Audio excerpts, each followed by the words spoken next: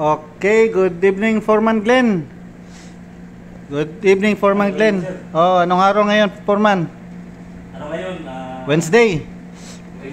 Okay, Wednesday. Oh, Wednesday. So, Rick, generic. Ano? Wednesday, bigay tayo ng konting learnings, ano? Learnings muna bago tayo mauwi. Diba? Anong oras na? Alas 7 na? Mag-alas 7 na. Alas 7 na pala. Alas 7 na. O sige. O, meron kayo sa shoutout dyan? Teka lang ha. Sino i-chat out mo? Shout out. Shout out pala. Shout out sa mga kaibigan ko sa Ilocos. Ilocos ha? Layo. Layo yun, no? Sa Barangay Abilungan. Ayan, parang nananawag. Kapitan Ambrosio, dating kapitan yan. Dating kapitan, Parang nagano ka, yung Yunus Pias. parang na kay Atulpo ka. Nananawagan ka ba? Kasi yan nami-miss ko sa lahat, mga Ilocanos dyan. Lalo na ni Mayor Romeo Sumabat. Mayor ha? Mayor, Mayor dreams come true. Ito pa, especially ni sa Canada, sa Australia. Australia? Pero kaibigan yan. Si ate. Australia lang. Australia, sino si ate? Si Ate Maricel. Ate Maricel. Si Otol Marlon. Si Otol Marlon. Ito na. Yun lang. Nalimutan mo iba. Sige. So, tuloy tayo.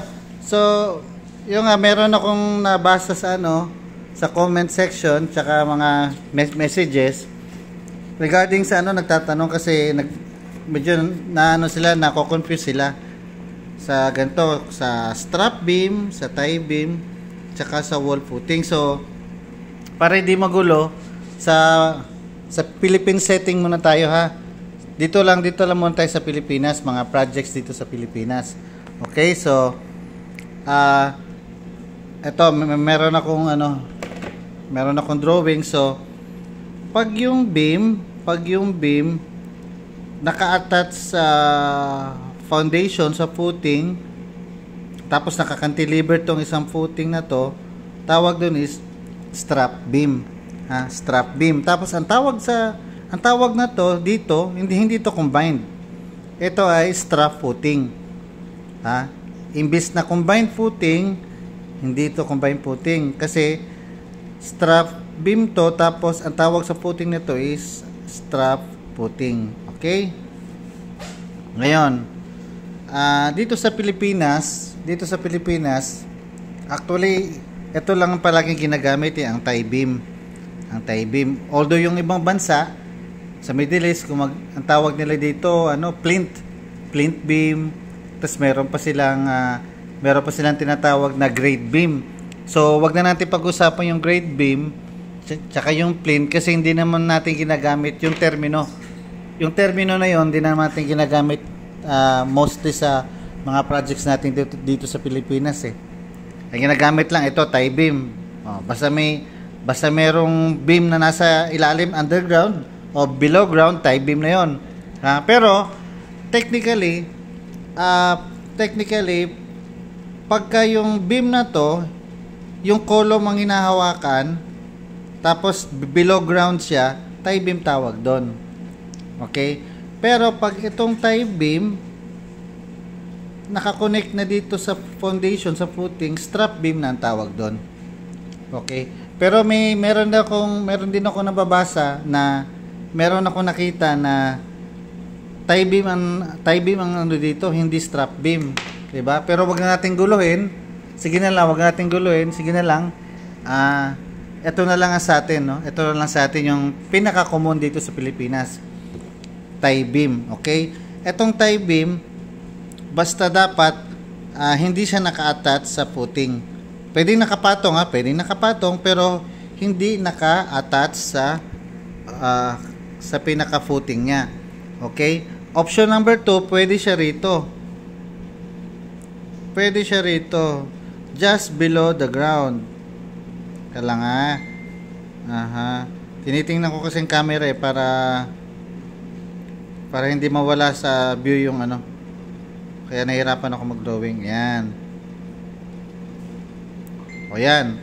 So, option number 1 dito hanggang doon. Basta, siyempre, wag lang uusli ng ground. Diba? Wag lang uusli. Basta, right below the ground level, tie beam tawag dyan. Tie beam. Hanggang dito yan. Hanggang nakapatong sa footing. Alright? Tapos, next is, yung tinatawag na wall footing. Ito, wall footing tawag dito sa Pilipinas niyan. Ang tawag dyan is wall footing. Pero yung iba, may nababasa ako strip footing. May strip sa abroad, strip footing ang tawag nila dito. Pero wag na natin yan, wag na natin. Lalo kayo maguguluhan.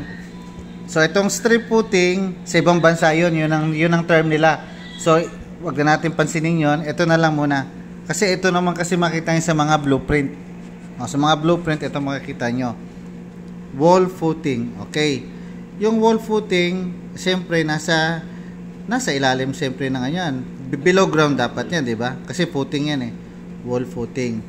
Kasi ito, tapos meron bakal, meron mga rebars diyan. Ito pwede itong hollow block, pwede itong solid wall, pwedeng concrete wall, pwede itong retaining wall, di ba? Pwedeng retaining wall to, tapos yung footing ng retaining wall ano tawag? Wall footing din. Okay? So ngayon yung embedment, yung pinaka-excavation niya depende na lang sa design. Depende. Meron nag-comment minsan, may nag-comment. Tama 'yun, agree ako sa comment ngayon na actually yung mga terminology na lang 'yan. Tama 'yun. Pwedeng kahit di tie beam 'yan, mga terminology lang 'yan. Yan, paiba-iba. Pero the most important thing is yung pag-analysis. Tama siya. Basta correct yung pag-analyze niya, correct ang pag-design, yun ang pinaka-importante. Diba? Tapos I suggest din na pag may mga projects kayo, tingnan niyo yung blueprint, yung mga special instruction and detail ng designer. Kasi tayo nasa site, hanggang hindi naman tayo designer, implementation tayo, hindi natin nakita kung paano nila ina-analyze to, paano nila dinidesign, hindi natin nakita. So kaya may mga special note yan, kaya yun yung tinatawag na construction notes.